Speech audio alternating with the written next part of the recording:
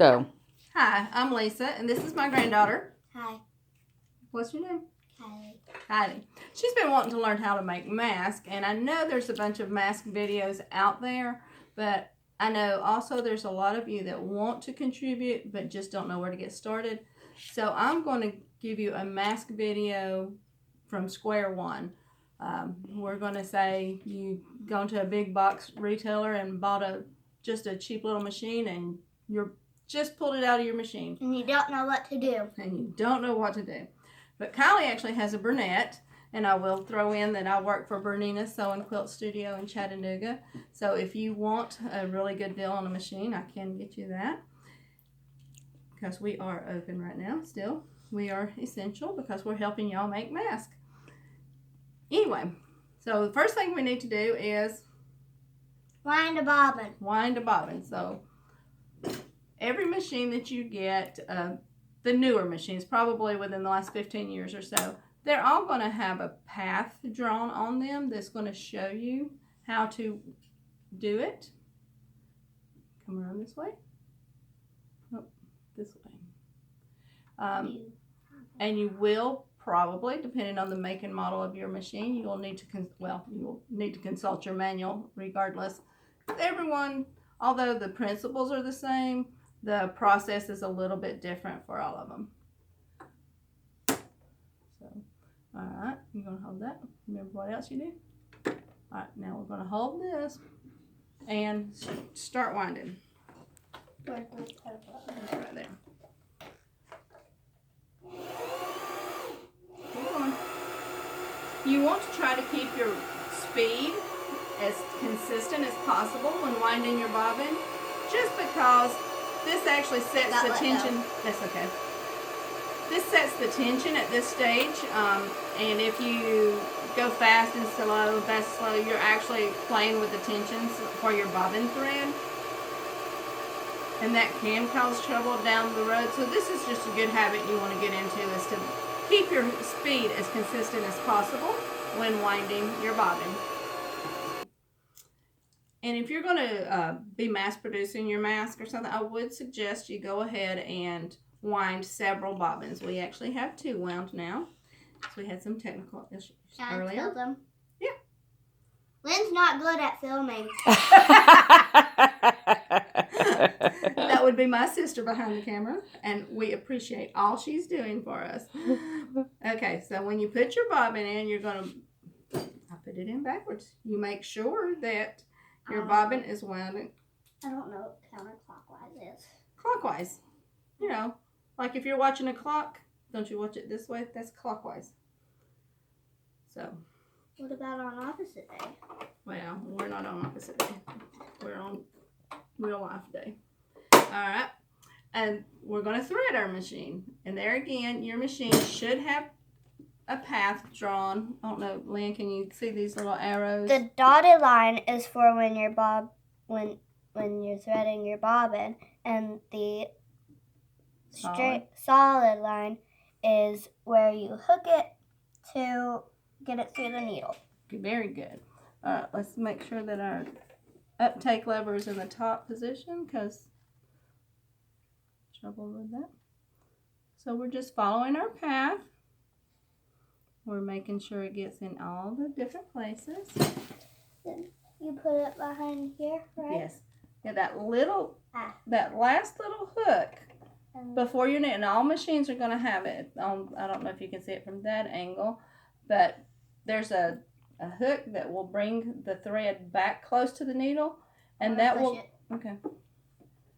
keep it.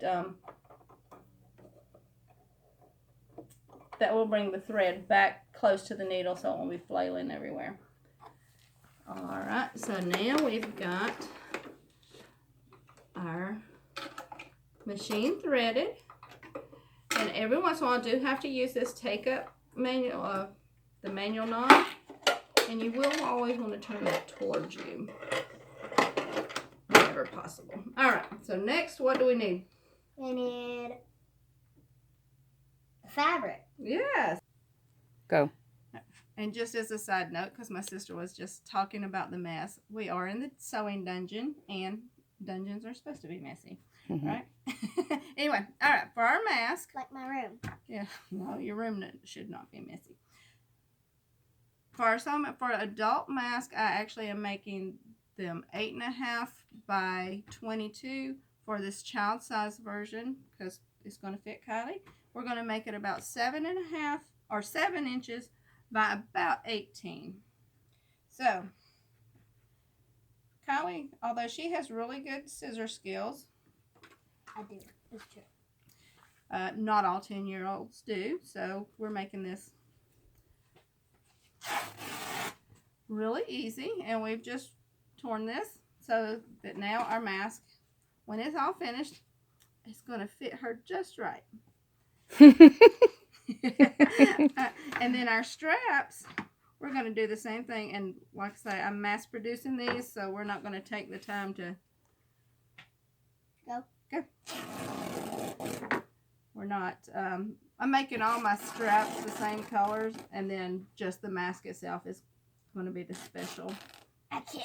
All right, you did pretty good. We actually need 2 of these, but we're just showing them, and we've already got those cut. So we're going to go back over to the sewing. Okay. All right, so we've got our 7 by 18 inch rectangle, and what we're going to do is we're going to meet the short ends together, and we're just going to sew a short seam here and a short seam here, and we're just coming off the side about the width of our machine foot. We're going to do this with a straight stitch. So Go. go. Alright, and we're going to back stitch just a little bit. Alright, and we're going to advance to about right there.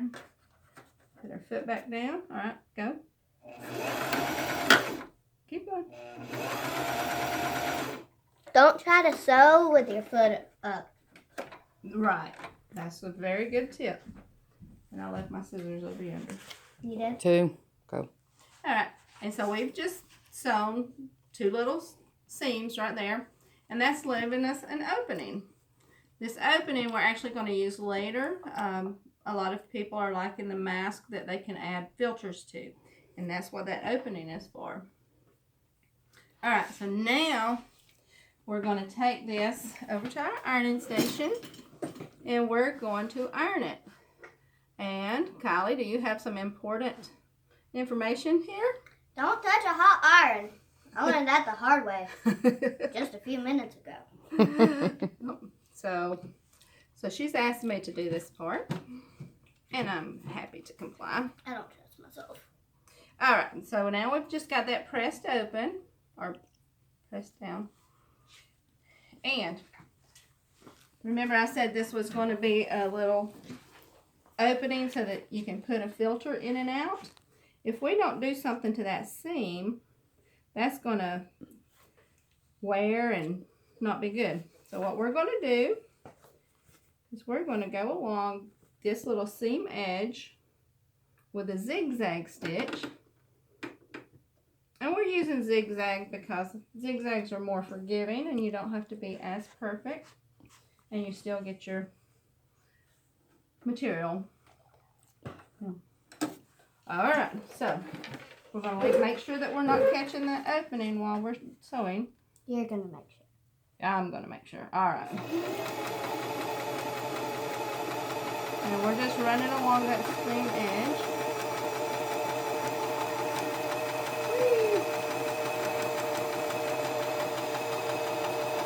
Alright.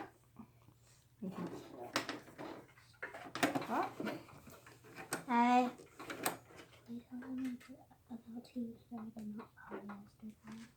Oh, no, that was fine. What Kylie was whispering to me is just the importance of using good quality materials while we're doing this, because these masks are intended to be worn and washed and washed and washed and sterilized. And for coughing. Yes, to hide your germs when you're coughing. And I've heard the ones that are going to the hospitals that nurses and other first responders are using. They're getting sick Well, because I have to reuse the mask. well, but they're running them through the autoclave, and so the ones with elastic are actually breaking down a little bit. So that's why they like the ones with the straps, and that's the one we're making. Okay, so now we've got our fabric, and we're going to fold this in half. Come here, you can do this part. Okay. You know how to not touch the heart part of the bar. And we're giving ourselves a good little area here that's not quite halfway. Our senior moment. This is going to end up being a casing for our pipe cleaner. So we want a good little, about a 1/2 inch that we're going to lay below this seam. All right, so press me flat here and here. Press you. Well, press your mask flat. All right, just pick it up and press. That's what's called pressing. Well, now you're ironing. Do you know the difference between pressing and ironing? This? That is pressing. And when we're quilting or making masks, Down here? mm-hmm, Iron or press? press. The difference is when you're ironing, you're actually pushing the fibers around and you're not going to get as crisp seams. All right. So now, let's come back over here. Set that up. Be careful with it. All right, let's go back. We're going to narrow our zigzag stitch because you're doing such a good job. And we want to get right here on the edge without closing up our pocket. And we're just going to do another seam. So go for it.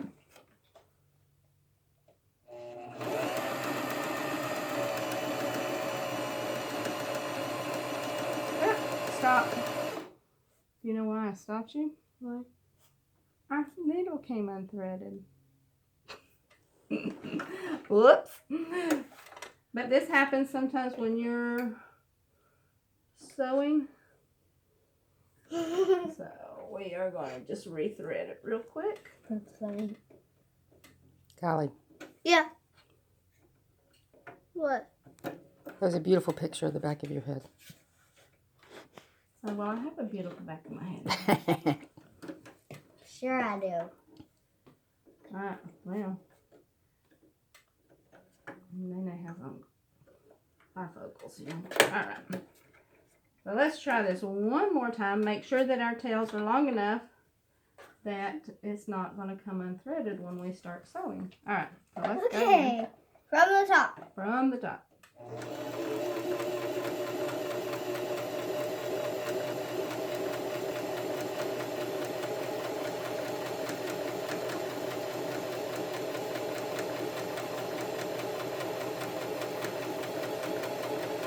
Alrighty. I did it. We did it. Alright. So, did we pause? Okay, we've just made this little casing across the top of our mask. And what that casing is for, we're going to take a pipe cleaner and run through there so that when Kylie wears her face mask, she can actually form it to the bridge of her nose. So, the way that I'm doing this, taking a pipe cleaner, folding it in half, and I'm just holding it with a pair of pliers. Real high-tech stuff here. And I'm twirling it. And this just gives us the double thickness of that wire. Because pipe cleaner by itself is not that strong. But a pipe clean doubled and twisted. Whoop. It's a lot stronger. And makes a good little slingshot. Alright, so then we're just going to run that through that little casing that you just made. See how that is? And it is actually, you can tell, it's smaller than our opening, but that's a good thing. The next thing we're going to need to do is we're going to, that would not work as a mask. So we need to pleat it up. And I should have grabbed straight pins. Okay. Back on.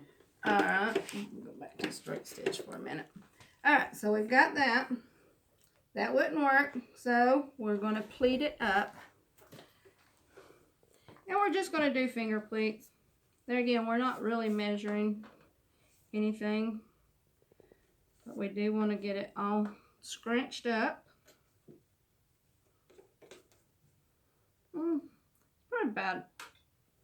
Probably end up doing about an inch, inch and a half of a pleat. And what this does is it gives some movement and freedom. Whenever you're wearing the mask, you can still talk. Unless you want it to go. We all sound like Charlie Brown these days.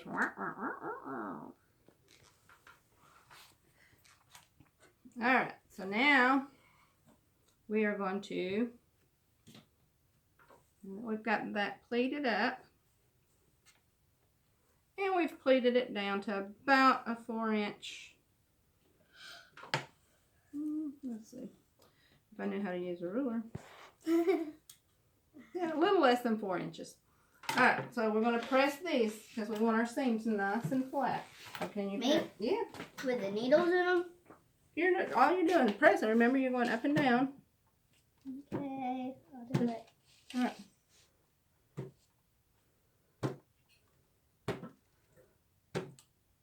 And I've got the pins on the underside so they don't melt with my iron. Alright, and then the other thing we're going to do at this point, let's go ahead and right on the edge of this, we're just going to sew a straight line. There again, we're going to line up the edge of our foot with the edge of our... You're holding it. Yeah, I'm holding it. Go. We don't want to sew over our pins. That can damage your machine. And the pins. Well, yeah, and the pins aren't that expensive, but the machine is. Oh, yeah. $200. But worth it. Alright. And we're going to do the other side. What this is going to do is it's just going to hold that in place when we go to put our straps on. Good.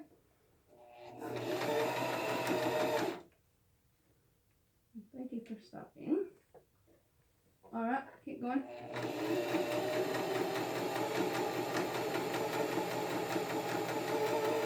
Alright. So now we've got the mask part done. So see? When she goes to talk. Hi. She still has movement. Alright. So remember those straps we made a while ago? Now this is one part that we're not going to video showing you. But remember we cut, how wide was it? Do you remember? Nope. 2 inches. 2 inches. We cut it 2 inches.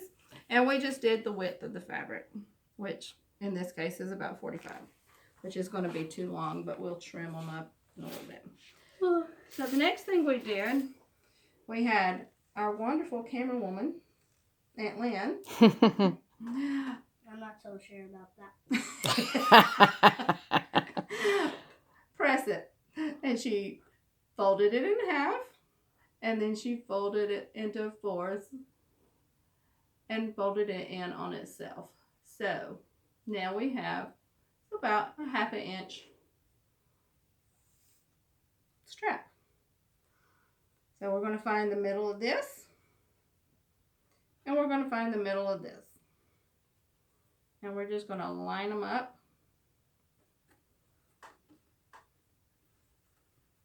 And we're going to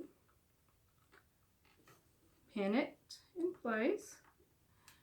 And I know Kylie wants me to do this part too. Although our pipe cleaner has worked its way to the end. So let's go ahead and pull it back this way. Somehow or another. I don't know how we did that. So we want to pin it. And we want to be able to sew it without catching the edge of that pipe cleaner. Because that would be the same as sewing over a pin. Right? Yep. Both metal. Yep, both metal. We don't want to do that. Except one's fluffier. Alright, and there again, we're just finding the middles. We're pinning it in place. And this part we're actually going to do a zigzag stitch again because we want to be able to catch all sides of our binding. I'm just going to come down here at the end and get started. All right, Kylie, you ready? Mm-hmm. You're holding it. I'm holding it. Press down. And I'm going to back stitch just a little bit. And the reason we back stitch is that just holds the stitches. It's kind of like knotting it at the end. And I've got a zigzag going. It's about the width. It's a little less than my binding. But there again, with a zigzag stitch, we don't have to be as precise with our edges. Alright. Alright, keep going.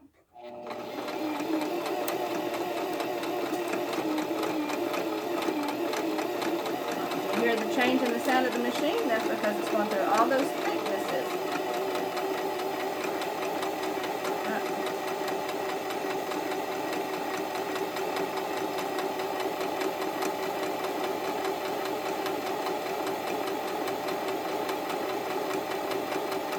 Where'd it go? It's over there.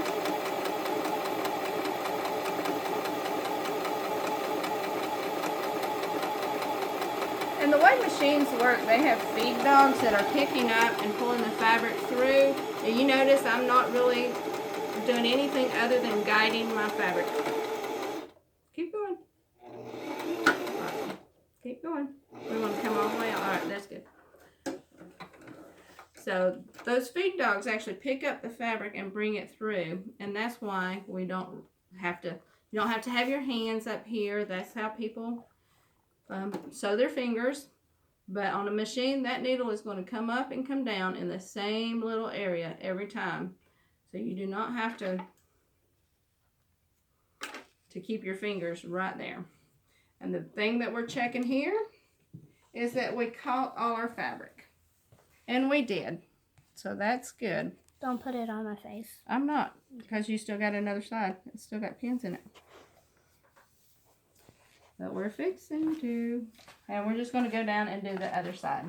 So, pause it. Here we go. So Kylie has made her first face mask with a little help. But hopefully, a lot of help. just pushed the pedal. Well, you're going to make the next one all by yourself because now you know how. But remember, we put that in there so we can pinch it on the bridge of our nose. Whoops. Hold it up there, sweetheart. And I don't think I'm going to worry about cutting the end of the ties. I think they're... Ow. Actually, I think these ties, I said the width of fabric, I made these before Kylie got here, and I actually made them 36 inches long. I now remember that. So, there you go. You can still breathe, and hopefully you won't get sick. And for an extra layer of protection, we have that pocket that we can add something in. The only thing we're going to do is we're going to trim up some of these threads because Nene, that is just one thing that drives me crazy is threads hanging around everywhere. All right. Did you have fun? Yeah. You think you can make one by yourself? No. Maybe. Okay. I think she can. And I think you can too. So, there's you. A mask.